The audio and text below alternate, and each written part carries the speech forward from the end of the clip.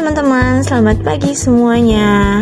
Hari ini, kelompok 8 akan menjelaskan mengenai Mihaly Csikszentmihalyi.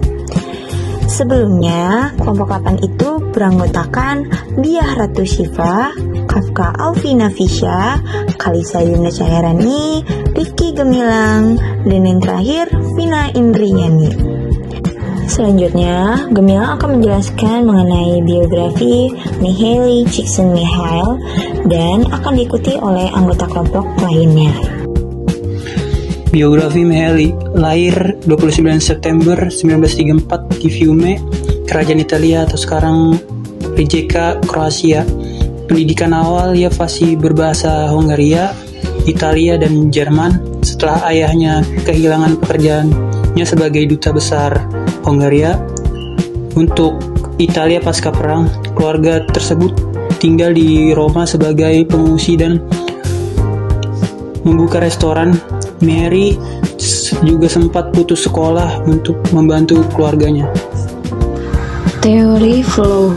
Menurut Mihaly Csikszentmihalyi, flow adalah keadaan ketika seseorang benar-benar merasa begitu terhanyut dalam kegiatan yang sedang dilakukannya, sehingga hal lain menjadi tidak penting.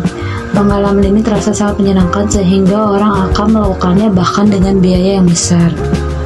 Flow merupakan cara untuk menggambarkan keadaan pikiran seseorang yang kesadarannya dapat diatur secara harmonis dan mereka ingin mengejar apapun yang sedang mereka lakukan untuk dirinya sendiri.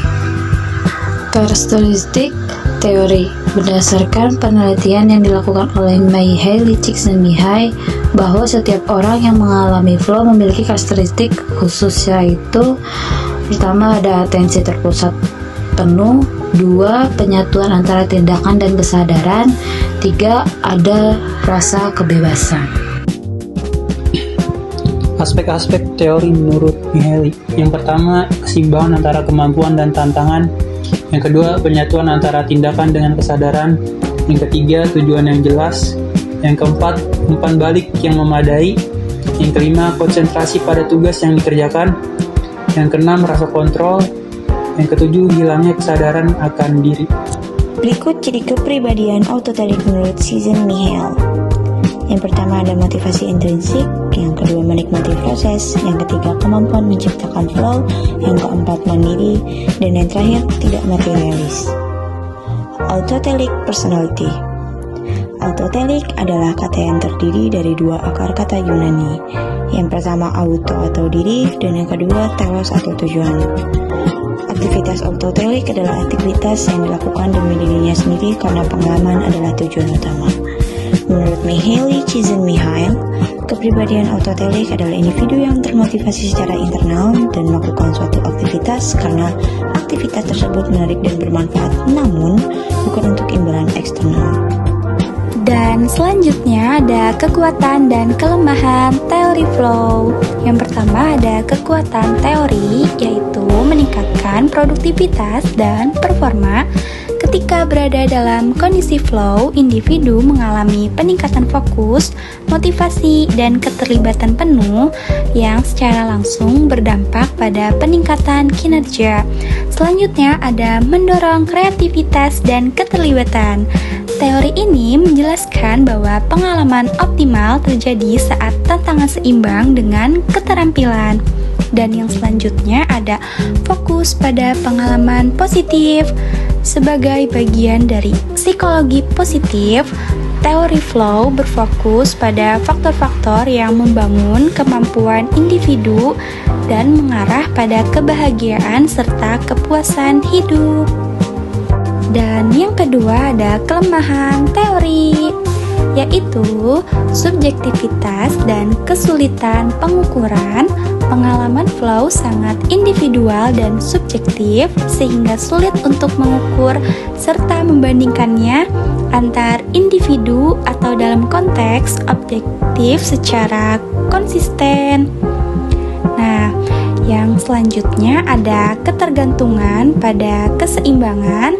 Teori ini sangat menekankan keseimbangan antara tingkat tantangan dan keterampilan seseorang untuk mencapai flow.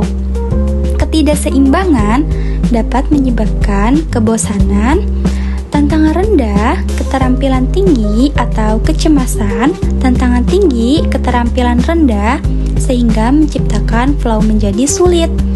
Nah, yang terakhir yaitu keterbatasan penelitian. Banyak peneliti mengenai flow masih memiliki keterbatasan seperti ukuran sampel yang kecil atau penggunaan desain studi yang belum cukup untuk validasi skala. Selanjutnya, ada dua contoh studi kasus dari teori flow dan teori autotelik. Yang pertama, kita akan membahas studi kasus teori flow dalam kehidupan sehari-hari terlebih dahulu.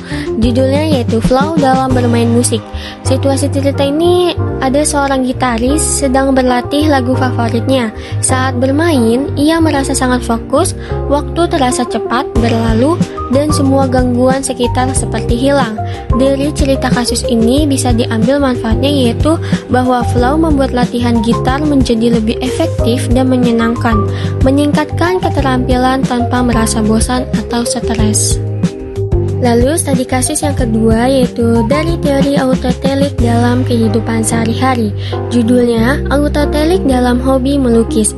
Cerita situasi ini, ada seorang ibu rumah tangga meluangkan waktu setiap hari untuk melukis, bukan untuk dijual atau dipamerkan, tapi semata-mata karena dia menikmati proses melukis itu sendiri.